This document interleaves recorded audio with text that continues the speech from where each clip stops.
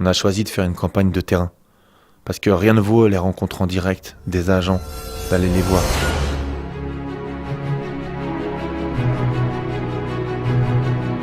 Parce que comment espérer répondre aux besoins, représenter nos collègues si on les connaît pas vraiment en fait.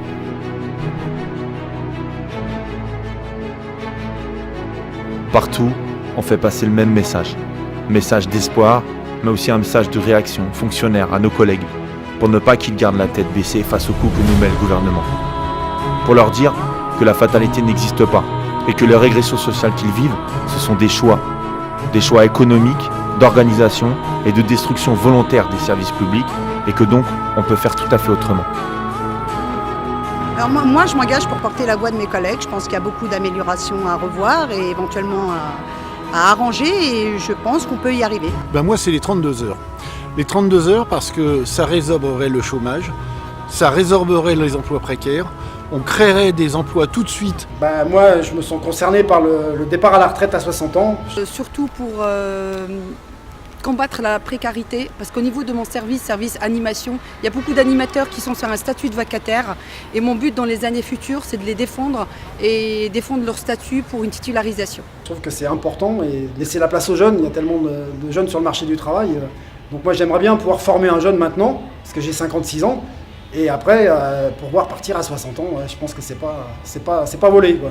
Avoir une meilleure sécurité sociale, ça a un impact énorme. Oui, je pense qu'il faut agir pour les 32 heures, et moi, tout au long de ce prochain mandat, je me battrai et j'agirai pour les 32 heures. C'est pour nous un combat vital. Pour la société, c'est un combat vital et primordial. Cette campagne de terrain, elle fait écho à une grande haute consultation que nous avons réalisée pendant plusieurs mois l'année dernière, où nous avions consulté à la fois plusieurs centaines d'agents publics, mais aussi des centaines d'usagers des services publics du Val-de-Marne, pour faire avec eux le constat de la situation actuelle dans nos services publics. Et la défense des salariés, ça fait même pas un an que je suis là, j'ai déjà vu au moins 3 ou 4 de mes collègues qui ont été vraiment défendus par la CGT.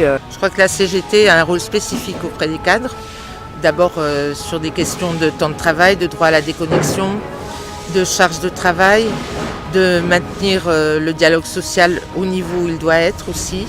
Combattre la précarité, j'ai moi-même été dans une entreprise en CDD, ici en contractuel pendant plusieurs années, plusieurs mois même. Donc la précarité est vraiment très handicapante dans la vie de tous les jours. Au niveau des sous-effectifs, le manque de personnel dans les écoles, surtout au niveau des toutes petites sections. Une ATSEM pour 20 enfants, c'est pas assez.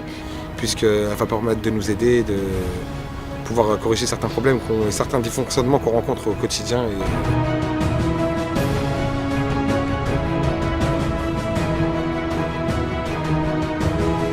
Chers collègues, le 6 décembre, faisons-nous entendre, ne nous laissons plus faire.